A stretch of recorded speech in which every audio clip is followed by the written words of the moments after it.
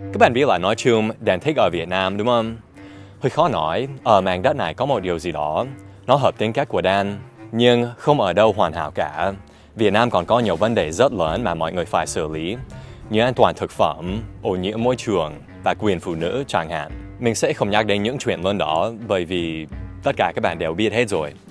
Nhưng ở Việt Nam còn có một số chuyện nhỏ mà dù không thật sự nghiêm trọng, nhưng chúng vẫn khiến cho Dan cảm thấy rất bực mình. Nếu bạn tò mò về quan điểm của một gã Tây như Dan, thì mình xin được giới thiệu chúng.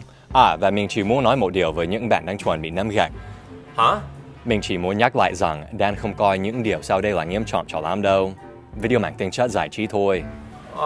Nhưng mà viên gạch này tao đã ghi tên của Dan vào rồi. Ok, cứ ném đi. Và mình bắt đầu nhé. Throughout my time in Vietnam, I've had a lot of friends and acquaintances who, like me, have come here from other countries. And most of them haven't spoken much Vietnamese. Một cà phê soda? But even those who speak virtually no Vietnamese, there's at least one phrase that most of them have learned through painful experience. Hết rồi. Hết rồi. Hết rồi. So frustrating, especially in restaurants. You find something that looks good, you say, I'll have the boiled chicken with mom tone, please. And then, hết rồi. Now, in some cases I understand it, like with seafood or vegetables that are only available seasonally. You'll see that in American menus too. For example, it'll say sauteed asparagus, seasonal, or grilled salmon, subject to availability. And I've now come to the conclusion that a lot of Vietnamese restaurants just expect their customers to know that some things are seasonal, so they don't print the word seasonal in the menu. But I've had so many hate Zoe experiences here that just made no sense to me. Like a week ago, I ordered some chicken online around lunchtime. And 10 minutes later, the restaurant called me to say, Sorry, we don't have that kind of chicken today. We have other kinds, but not that kind. What? Or another time, my wife and I were having some bún bò Huế for breakfast, and there were no napkins on the table. So I said, Am I cho anh xin giấy ăn? And the waitress said, nhà em hết rồi. Huh? Napkin season is over? By now, most of you know I am not a fan of boiled chicken. But I've actually got another chicken problem in Vietnam that's much more serious, and it's this. That's right, the way you guys actually cut up chicken. I've talked to some of my foreign friends about it too, and most of us really dislike the Vietnamese method of butchering chicken. Because you end up with these really sharp ends on the bones, which cut and scrape your mouth. And then you also get these little bone shards mixed in with the meat, and sometimes you bite right down on them, almost cracking your teeth. I don't know if you guys have some special way of eating the chicken to avoid those things, or if you just don't mind them, but for most of us, it's very difficult, and frustrating, and painful. When we eat chicken in America, we always either cut the meat off the bone entirely, or we cut the carcass along the joints. So we have drumstick, thigh, breast, and wing. Now, I understand the reasoning behind the Vietnamese method. Those smaller pieces are easier to grab with chopsticks, they fit better into a little rice bowl, they're easier to dip, and they're also better for sharing. Like, if you have a bunch of people who all like the thigh, then they can each have a piece. So in that sense, I like the Vietnamese way of butchering chicken. I just wish that someone would invent a method or a tool that didn't result in those horrible sharp chunks of bone. Like, I don't know, some kind of special chicken saw? I'm the kind of person who prides himself on his personal hygiene. So every time I go to the bathroom, whether it's nhét or not, I always wash my hands thoroughly afterward. But in public places in Vietnam, I often encounter an inconvenience, which is that some places just have gross-looking communal towels to dry your hands, some places have nothing at all, and then some have hand dryers, but they're super weak. Really, they're about as effective as if you taped a hairdryer to the wall and used that. Now, this is something I can forgive.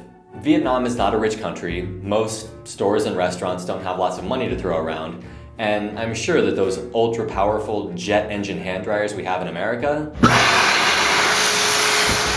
I'm sure they're expensive. But the odd and frustrating thing is that you often find these weak-ass hand dryers in really nice places, like Vincom Ba Chio, a beautiful modern shopping mall. And then in the bathrooms, it's... Or even more astounding, in the beautiful new international terminal at Noi Bai, where everything is modern and state-of-the-art, The bright, clean bathrooms each have exactly one weak-ass hand dryer.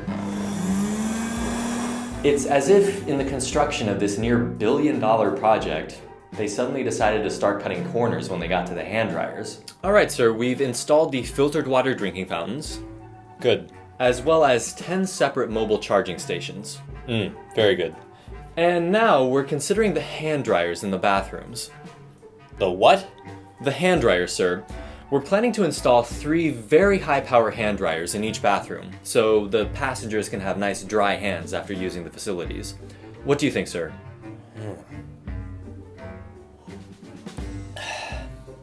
Fuck them, they can deal with wet hands.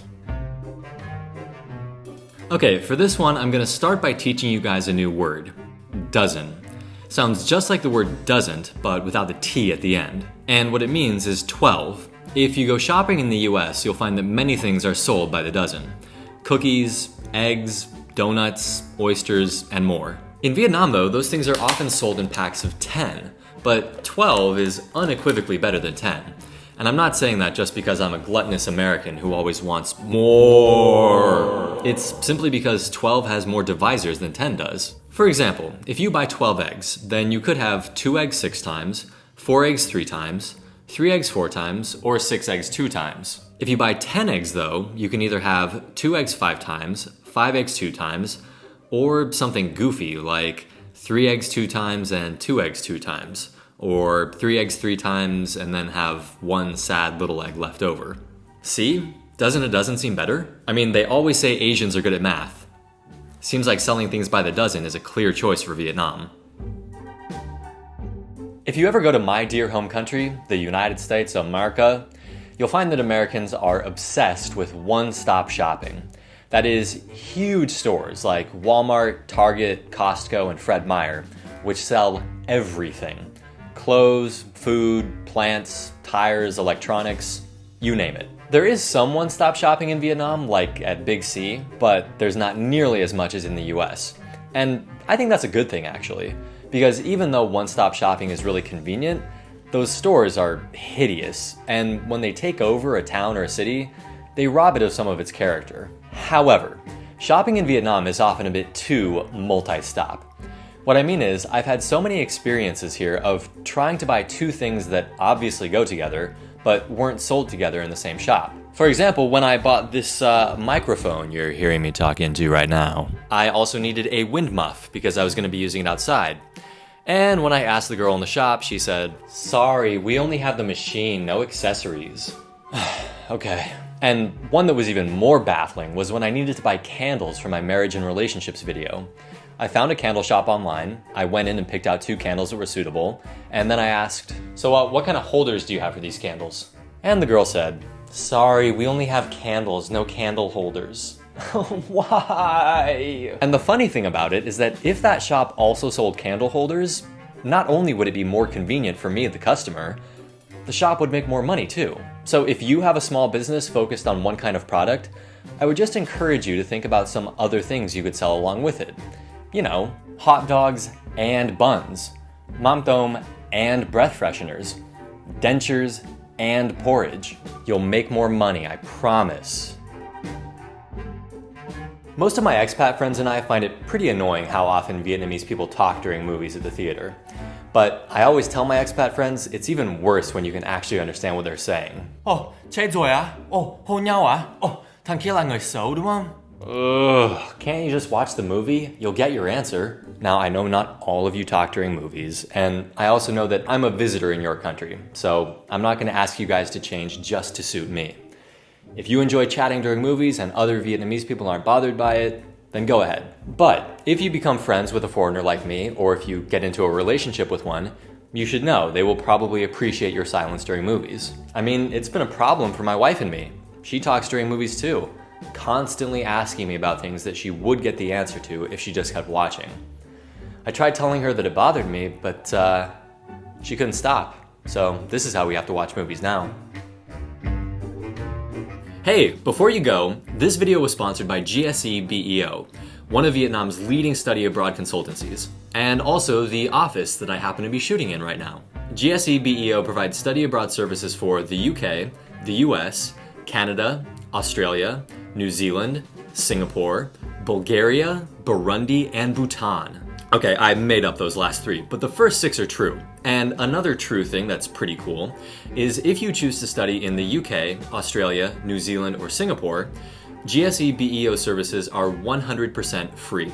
That's right. Now, you still have to pay tuition to the school, but the consulting services that help you get to the school are free. In the case of the US and Canada, GSE BEO services are free if you choose to study at one of their partner institutions there. For other schools, a service fee applies. If you're interested in learning more, check them out at gse-beo.edu.vn. I'll put a link in the description and the comments as well. The company has offices in both Hanoi and Saigon, and the phone numbers for each office are here. If you do end up using GSE BEO services, remember to tell them that you learned about their company through my video. Because if you succeed and go to study abroad, there will be a small farewell party for all of you before you go. And if that party has 10 or more of my fans in attendance, I'll be attending too. So you can chat with me, take a photo with me, whatever you want. And that's it. Good luck, and I'll see you next time. Oh, and this isn't real whiskey. I filled an old bottle with iced tea. Pretty clever, right?